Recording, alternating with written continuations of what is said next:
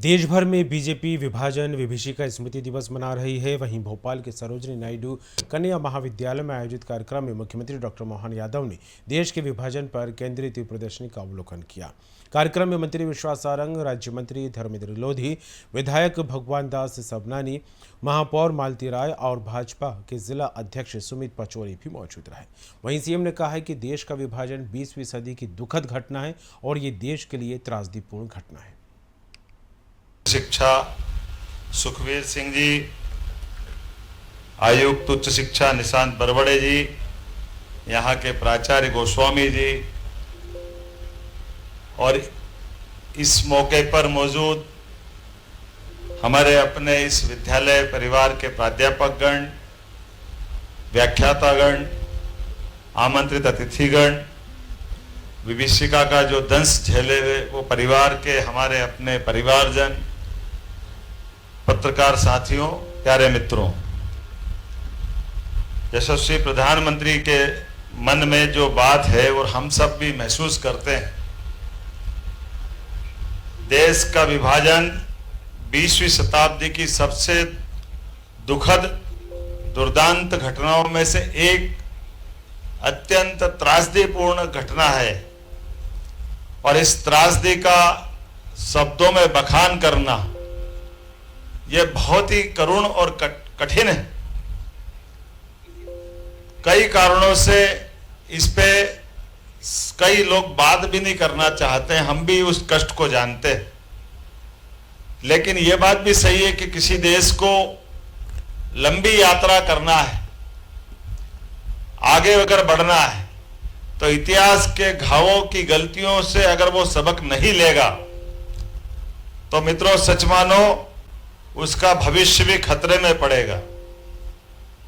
हमारे सामने कई उदाहरण अभी अपनी आंखों के सामने दिखाई देंगे, कुछ मैं बताने का प्रयास भी करूंगा, आपको अपने आप दिखाई देगा।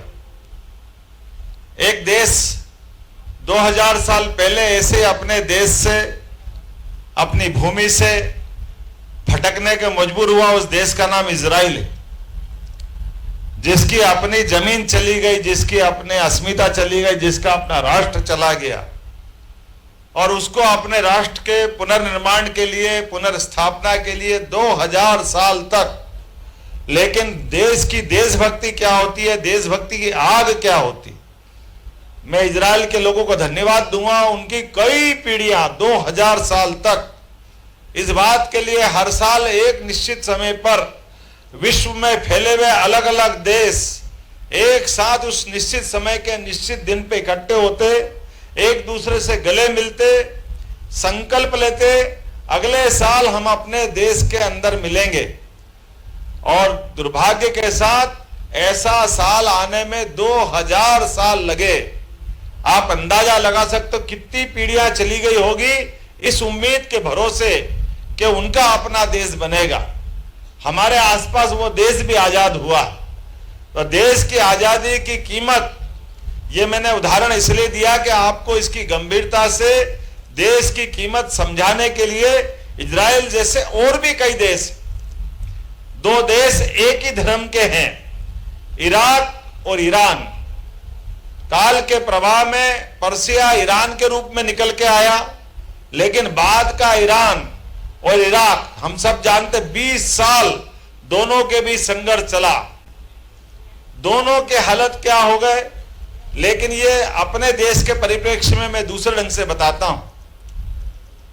हमारी अच्छाई ये कि हम हर एक को गले लगाते हैं, हमारी अच्छाई ये कि हम अपने उदात्त भाव को सबके सामने सबके साथ साझा करने जाते हैं और साझा करने के भाव में भूल जाते हैं कि हमसे कौन सी गलतियां हो रही हैं।